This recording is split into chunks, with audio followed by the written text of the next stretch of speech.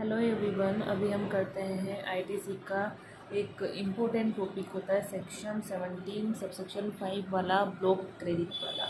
इसमें परचेज़ करने पे जो इनपुट पे जो हम टैक्स पे करते हैं उसकी आईटीसी को ब्लॉक किया हुआ होता है।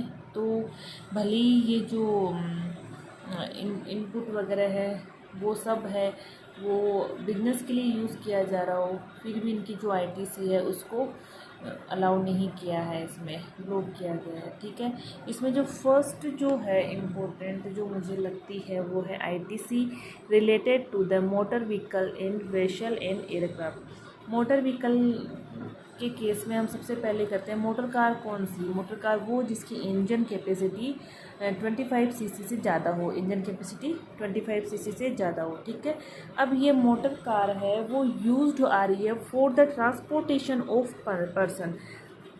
किसके लिए यूज़ आ रही है? ट्रांसपोर्टेशन ऑफ पर्सन के लिए। अब इसकी ब्लॉक कब होगी? अगर इसके अप्रूव्ड सीटिंग कैपेसिटी है इस मोटर कार की अप टू 13 पर्सन हो इंक्लूडिंग ड्राइवर। ध्यान रखना, including driver up to 13 person हो, देन वहाँ पे आईटीसी नॉट अलाउड। लेकिन इसके एक्सेप्शन ये हैं कि अगर सीटिंग कैपेसिटी मोर देन 13 हो जाए तो इंक्लूडिंग ड्राइवर, जैसे कि बस वगैरह हो गई, तो वहाँ पे आईटीसी अलाउ हो जाएगा। इसका एक सेकंड एक्सेप्शन ये भी होता है कि अगर ये मोटर कार है वो यूज़ की जा रही है फॉर मेकिंग टैक्सेबल सप्लाई के लिए, जैसे कि फर्दर सप्लाई कर रहे हो सच मोटर व्हीकल की, उनका मतलब कि ख़रीदा और उनको वापस बेच रहे हैं मोटर व्हीकल को, तो या फिर ट्रांसपोर्टेशन ऑफ पैसेंजर का काम वो लोग कर रहे हो, या ट्रेनिंग का या driving of such motor vehicle training दे रहे हो, ड्राइविंग वगैरह सिखा रहे हो, तो वहाँ पे आईटीसी अलाउड हो जाएगा। ये दो एक्सेप्शंस है। थर्ड बात ये है कि अगर ये मोटर व्हीकल है यूज्ड आ रही है फॉर ट्रांसपोर्टेशन ऑफ गुड्स के लिए, जैसे कि ट्रक्स, लोडिंग ऑटो, डंपर, ये वर्क्स ट्रक्स वगैरह हो गए, तो वहाँ पे आईटीसी अलाउ हो जाएगी।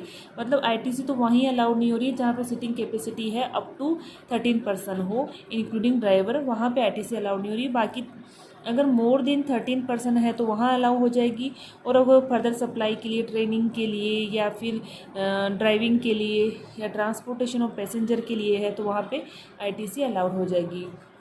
वैसे ही वेसल एंड एयरक्राफ्ट के केस में वैसे तो आईटीसी के अलाउड नहीं होती है नॉर्मली, लेकिन इसके एक्सेप्शन जहाँ जैसे हमने मोटर कार के केस में पढ़े थे वैसे ही इसके केस में है।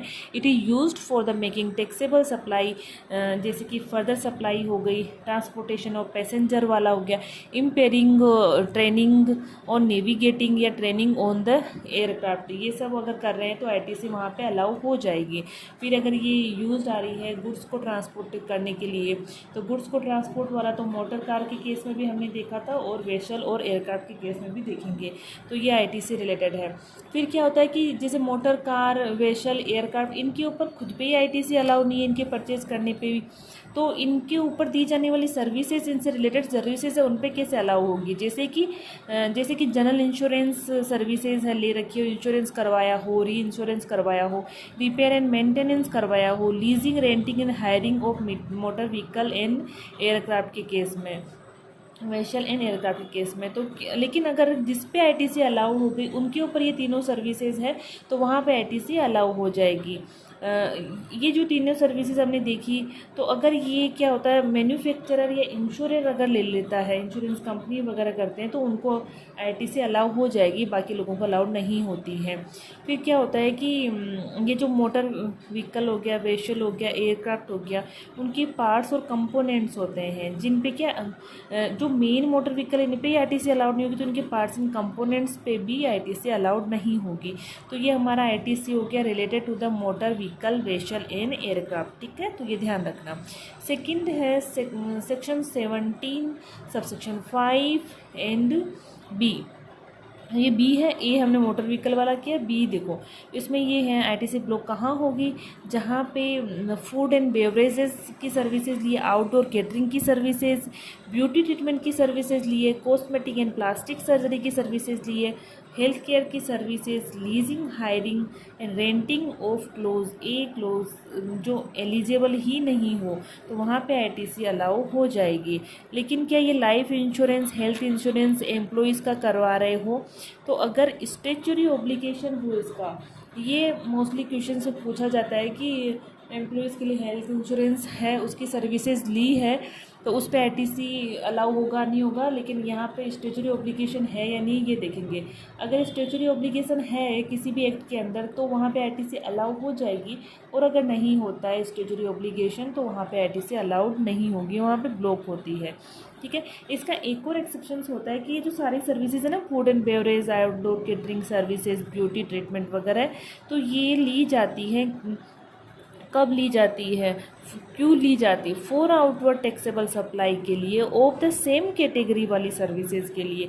सेम कैटेगरी वाली सर्विसेज की हमें आउटवर्ड सप्लाई अगर करनी हो, उसके लिए अगर ये इनवर्ड सप्लाई ली जा रही है, उस केस में आईटीसी विल बी अलाउड। या फिर एज एक एलिमेंट ऑफ टैक्सेबल कंपोजिट और मिक्स सप्लाई का एलिमेंट है, वो अगर वो बना रही हो तो उस केस में आईटीसी अलाउ हो जाएगी। सेकंड ये बोलता है कि membership of club, health and fitness center वाले पे आईटीसी है, ब्लॉक होगी। फिर travel benefit to employ on vocation, तो ये भी क्वेश्चंस में पूछते हैं मोस्टली कि ट्रेवल बेनिफिट दिया है टू द एम्प्लॉयज़ को ऑन द वेकेशंस पे, एलटीसी और home travel concession. C 17(5)(c) works contract services for construction of immovable property. Construction में reconstruction, renovation, addition and alteration सारे इंक्लूड होते हैं। इस केस में भी आईटीसी अलाउ होगी। लेकिन अनब्लॉक कब किया जा सकता है या फिर आईटीसी कब अलाउ हो जाएगा, इसका एक्सेप्शन ये है कि अगर वर्क्स कॉन्ट्रैक्ट सर्विसेज है वो ली जा रही है किसके लिए, फर्दर सप्लाई के लिए। कोई भी गुड्स और सर्विसेज है वो यूज़ किया जा रहा है, परचेज़ किया और यूज़ किया जा रहा है फर्दर सप्लाई के लिए या फर्दर वर्क्स कॉन्ट्रैक्ट सप्लाई के लिए, देन आईटीसी अलाउ हो जाएगा, जैसे कि सब कॉन्ट्रैक्टिंग सर्विसेज।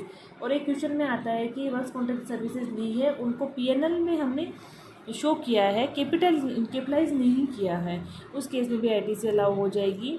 थर्ड आता है construction of plant and machinery. Immovable property था तो वहाँ पे तो ब्लॉक है, लेकिन प्लांट एंड मशीनरी के केस में अलाउ हो जाएगी। लेकिन प्लांट एंड मशीनरी में किसको इंक्लूड नहीं किए गए हैं? तीन, ये मुझे बहुत इंपॉर्टेंट लगता है, क्वेश्चंस में मैंने देखा भी है क्वेश्चन बैंक के अंदर कि प्लांट एंड मशीनरी में इंक्लूड क्या क्या नहीं है। Telecommunication tower, pipeline outside the factory और लैंड एंड बिल्डिंग और अदर सिविल स्ट्रक्चर, इनके ऊपर आईटीसी अलाउ नहीं होगी, बाकी प्लांट एंड मशीनरी पे अलाउ हो जाएगी वर्क्स कॉन्ट्रैक्ट सर्विसेज।